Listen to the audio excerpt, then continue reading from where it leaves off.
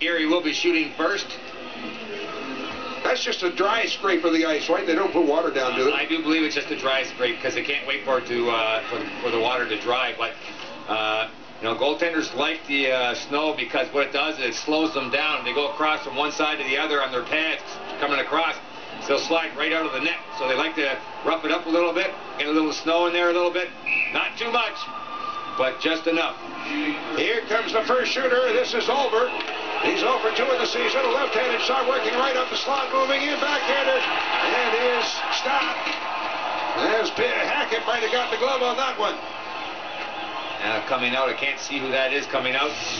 Coming in, you can see him. He tries to go around, goes to the backhand, but Hackett comes over to the left and deflects it with the arm. It'll be Rochester shooting next. Have you picked up that number yet? I think it's Tardif, isn't it? Looks like Tardif. Gary's in wide on the left side, moving in, backhander, but that misses. Yeah, Tardif trying, he goes to the backhand. He gets denied as well. You can see him coming in. The right shot comes in. Looking as it gets closer as he tries to get to the side and brings it through. Actually trying to go 5-hole and gets poke checked. Smith is next up. Right-handed shot moving in, slows it up, puts on the brake, shoots, and scores. Smith comes in and he almost comes to a complete stop, which you cannot do. He just keeps coasting gradually towards the net. You'll see him come here as he comes in with a little bit of speed. Now all of a sudden the puck starts bobbling. He stops, holds it, gets it under control, and then goes bottom corner. As we get set, the next Rochester shooter moving in on goal. Trying to tuck it in. No, that was stopped. Well, I never did see who that was. Did you? Yeah, that's Armia. Armia comes in, tries to make a nice little move there, but he gets denied. Tries to come back against the grain. Throw goes one way, tries to throw it in short side. Almost goes under the pad, but Prickard gets it down. Looks like we have Lurg up next. The shooter moves in again. He puts on the brakes, moving his stick, handling back and forth. And the puck is... No, that's wide. I thought the referee pointed it to the net. Did he say it was a goal? The referee on the one side pointed towards the goal. He comes in, he stops. This seems to be the thing to do here. Stops, stick handle, and he goes around. Oh, and he puts it in. Yeah, he did score. So now it's 2-0. And the Amerks have the next shooter, and this will be Maroney. As he brings it forward, Maroney has to pretty much score here. Moves in, stick handle, shoots. He gets denied, tries to take the shot. As, again, watching to see what happens here. He comes in all alone. Maroney comes in, the left shot, looking head up. Tries to find something, tries to make a move, hits that right toe.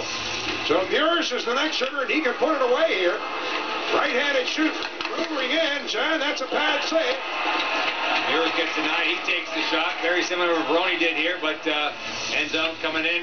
Amerks have to score now. As Lake Erie leading the shootout 2-0. Now, that puck bobbled just a little bit on him, and coming up for this shot will be Zigomanis. Zigomanis, a right-handed shooter. As the Amerks have to score the next two. Zigomanis in, stops, goes up, puts the brakes on, shoots, and scores. Zigomanis pulls a little Lake Erie as he stops out in front and kind of freezes Prickard, and he ends up putting it on the top side there to the right shot comes in. You see him hit the brake, stop, now looking, goes up off the arm and in. So now the Monsters with a chance to win it as it's brought forward by Cheek. Left-handed shot, missed that. And so now the pressure is on as the Amerks have to score on this one. Cheek comes in, the left shot, tries to fake it, but goes off the right side of Hackett into the corner. And we've got this Crawford. Larson. He's the next shooter, moving in, shoots, scores! It's all tied up. Larson ties this up. He clicks that, picks up the foot, takes the shot, and finds the back of the net coming in. You can see it here. There goes the foot, and there goes the shot. And you can tell right now that Pickard wasn't too happy not making that save. It's all tied up with 2 apiece. And now in there it will be Casino.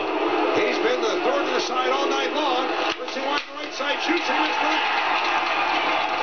So the Amerks with an opportunity here. As it's all even up.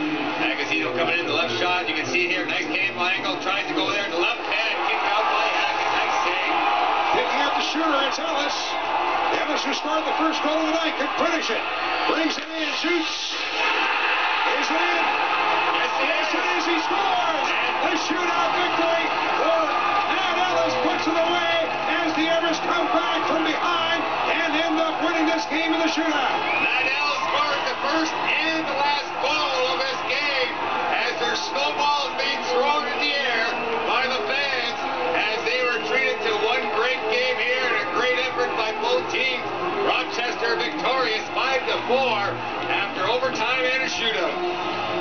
as a glorious event as it is here, only fitting that it should be finished in such dramatic fashion as the Amherst trailed at 3-1 back in the second period, came back, tied it up, and then took the lead 4-3. The Monsters then tied it up with 1/10 of a second remaining in regulation. We went through overtime into the shootout, and the Amherst are victorious in the shootout on a goal by Matt Ellis. The Amherst win the shootout 3-2, and therefore win the game 5-4. So a great affair comes to an end here tonight, and the Amherst pick up the 2 points. Well, definitely it was great effort by both as the Rochester team. They pause for a picture after they salute the fans that came out here. Over 11,000 people walk away from entertained. They'll be talking about this game for a long time as first time in history and the highest attendance at a Rochester game in Rochester. And we have to clarify that because we broke the record in Buffalo before. But Matt Ellis coming in, you can see him here, the left shot, looks, picks, use the head, does the 5-hole, off, looks like it went off the post. Pickard looking around, watch it again here, watch the near post, looks like it bounces off, yes it does. A little bumper pool into the back of the net for Matt Ellis, and he gets, as I said, the first and the last goal, the winning goal for the Rochester Americans. Well, it looked like it could have been a very tough night for the Amherst again as they had the lead and only 1/10 of a second remaining with the Monsters coming back and tying it up, but they battled back and ended up pulling it out in the crunch. They definitely did. It's a big game. It was a great game, and I don't think it could be a better fitting game for a night like tonight for the people that came out and weathered the weather and the players they did. It's still 18 degrees on the clock at 10:02 in the evening, and I didn't see anybody heading to the stands, to the gates. That's the one thing that perhaps the fans might have been almost disappointed in. There's the game didn't end earlier because everybody had to stay. And I don't think, as Rick said, that anybody left as they were here and watching till the very end. A very happy bunch coming off the ice right down beside Mike Catalana. You're there with the victors, Mike. Yeah, we've got Matt Ellis, a hero from tonight.